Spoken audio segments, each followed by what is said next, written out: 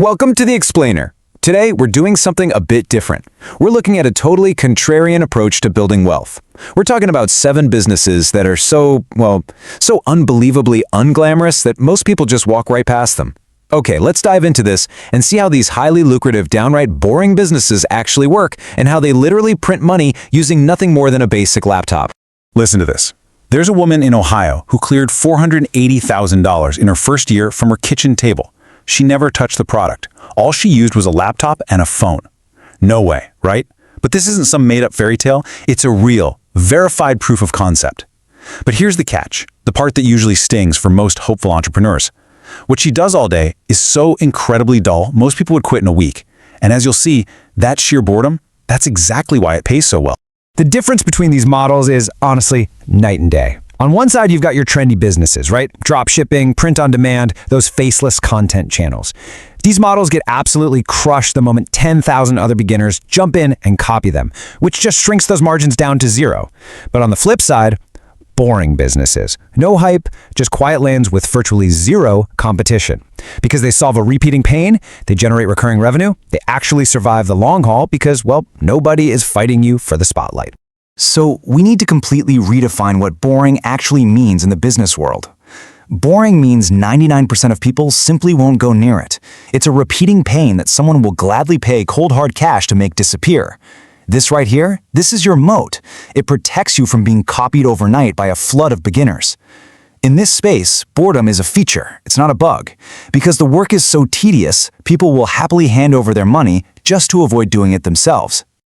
Let's move to our first category and see how this builds. Theme 1, invisible digital paperwork. Profiting from the chores nobody wants to do. This first category is basically administrative arbitrage. It's turning mundane, everyday tasks into serious, predictable profit. Let's rapidly break down the mechanics of 3 brilliant, yet completely invisible businesses. First up, embroidery digitizing. Embroidery shops absolutely hate turning logos into the specialized stitch files their machines read, so they outsource it for about $20 a file. That can actually scale up to over $7,000 a month. But the fatal mistake? Delivering a file you haven't test-stitched. If that file jams on real fabric, you lose that client forever. Second, parcel invoice auditing. This is finding errors in FedEx or UPS bills. You take a massive 25 to 50% cut of whatever refunds you find. The killer mistake here is missing the super strict 30-day dispute window. And finally, lease abstraction. This means pulling key dates and penalty clauses out of dense commercial real estate leases and putting them into a clean spreadsheet. It pays $75 to $200 per abstract. But beware, one tiny typo on a renewal date can trigger a massive lawsuit between a landlord and tenant. 90%.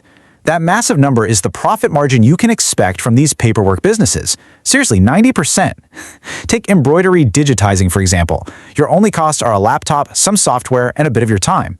There's an operator named Kaylee Golden who runs a shop built on this exact skill, and she makes around $6,500 a month. It's literally just her, a laptop, digital files, and absolute zero storefront overhead.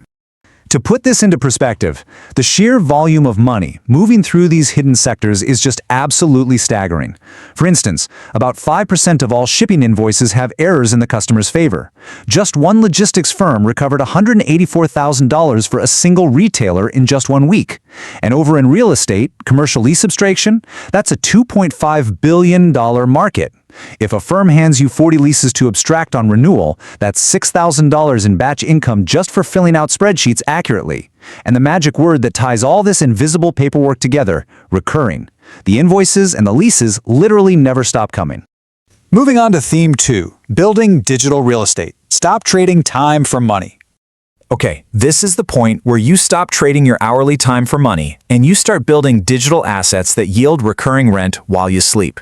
It's the classic rank and rent model, and it's perfectly laid out in 3 simple steps. Step 1, you build a simple website for a specific local service. Think, an emergency plumber in Dallas or pest control in Phoenix. Step 2, you rank that site on Google so it shows up right at the top when people search for those services.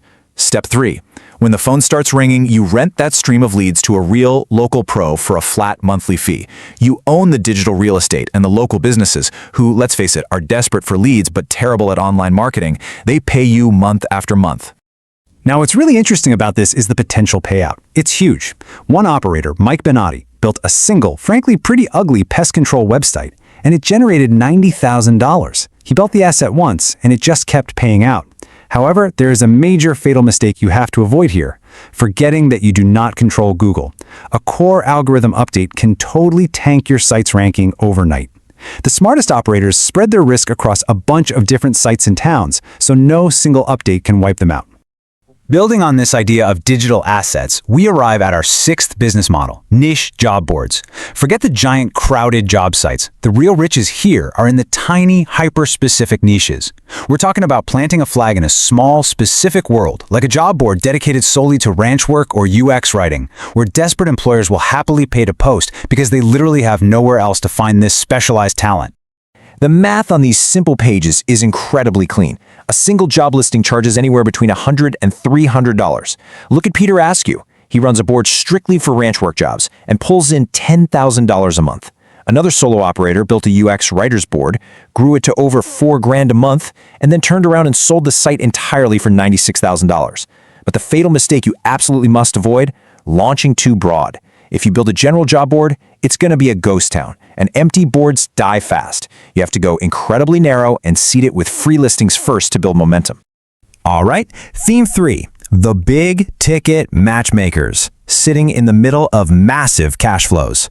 Now we are getting to the models with the highest stakes and the absolute biggest potential payouts on our list. Here, your entire job is simply sitting right in the middle of massive cash flows. Just let that massive number sink in for a second. $700 billion. That is what the US government spends every single year buying goods and services. And by law, at least 23% of that money has to go to small businesses. But small business owners are usually tradespeople, right? They are completely lost and terrified when it comes to long, painfully formatted government paperwork. That is exactly where you come in as a government contract proposal writer. You manage the terrifying paperwork, and they win the massive contracts. Because people hate this paperwork so viscerally, the pay is just exceptional. Proposal writers routinely charge a flat fee of $7,500 per bid, or they put clients on a $2,000 monthly retainer for ongoing bids. Since your only cost is your expertise, your margins sit at a staggering 80 to 95%. But listen, this is high-stakes work. The fatal mistake here is brutal. A single formatting slip buried on page 47, like, violating a page limit or a margin rule, that will instantly disqualify the entire bid before anyone even reads a single word of it. You don't have to be the best writer. You just have to follow tiny rules to the letter. And finally, we arrive at the highly anticipated number 7, freight brokerage. This is genuinely the single most boring screen job in America, but it quietly builds massive fortunes. Here is the entire business model in a nutshell. There are over 1.2 million trucking companies in the US, and most of them just have 1 or 2 trucks. They don't have fancy sales teams to find the next load of freight. So you sit in the middle on your laptop, matching companies that need goods moved with truck drivers who have empty space, and you take a cut of every single load. And this brilliantly illustrates the incredible scaling math of freight brokerage. You never actually touch the freight. You just move information on a screen. On average, a broker keeps a 12 to 15% margin on a load, which comes out to about a $336 cut. If you just match 20 loads a week, that is $6,700 a week in margin. This is exactly how Dennis Brown walked into this industry with zero experience back in 2003 and built a brokerage from his laptop that did over $200 million in revenue before he finally sold it.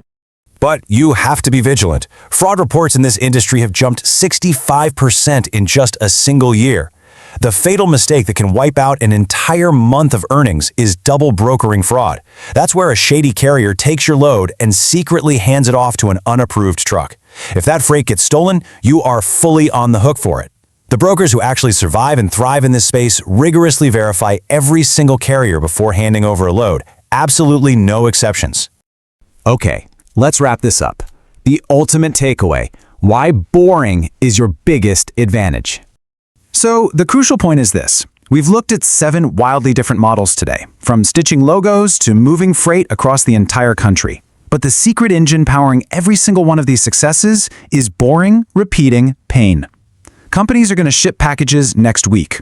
Leases will renew next month. Trucks will roll tomorrow. When you solve a dull problem that comes back on a schedule, you secure recurring revenue. You aren't out there fighting for attention on some trendy new app. You're just quietly collecting checks to make someone else's mundane headache disappear. The only real difference between them and everyone watching is simple. They opened the laptop and started. None of the successful people we just talked about had some magic secret. And they weren't drastically smarter than anyone else. They simply committed to doing the dull work consistently. While everyone else is waiting around for an exciting, glamorous trend that'll be oversaturated in a week anyway, these individuals just step into the quiet, boring lanes and start building real, sustainable wealth. So I want to leave you with this final, provocative question to wrap up this explainer. Which boring business will you start? Think back over the 7 models we just explored. Which one of these tedious jobs actually annoyed you the least? That reaction is vital data. It tells you what you can actually tolerate doing every single day. The money is sitting there quietly right now, just waiting for whoever finally decides to walk in and grab it. Pick one, open your laptop, and take action today. Thanks so much for learning.